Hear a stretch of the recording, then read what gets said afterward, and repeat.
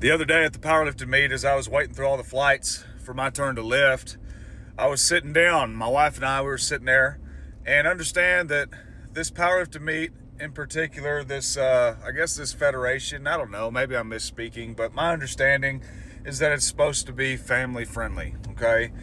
And we're sitting there looking around. There's wives, there's kids, there's adults competing, there's kids competing, teenagers, and so there's family members of all kinds that are there. And there's this big goon standing behind me with his buddies, and he's just dropping F-bombs, GDs, and he's not mad. That's just how he talks, I could tell. I don't think he was trying to offend anybody, but that's how he talked. And I kept looking at my wife because I'm like, I'm gonna have to say something. This guy won't shut up. He has no respect for the wives and kids sitting around. And then he finally said, Jesus effing Christ. And when he said that, I got up and I turned around, and this dude's about 6'5", okay?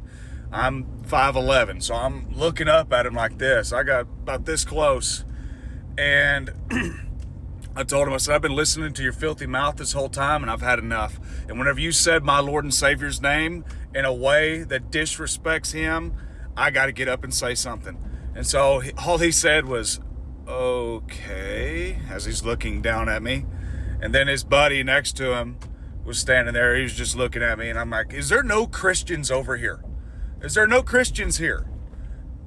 And none of them answered. Again, I don't think anybody's trying to disrespect anybody. I just think that sometimes grown men were never trained up by other men, which is kind of the point of the Act Like Men series my dad and I are about to do, just talking about what does it mean to be a man of God. Some people don't know. They're full-grown babies, and they have no respect for women or children or anybody around them. They've never been taught. And so somebody like me has got to get up and tell people that's not acceptable.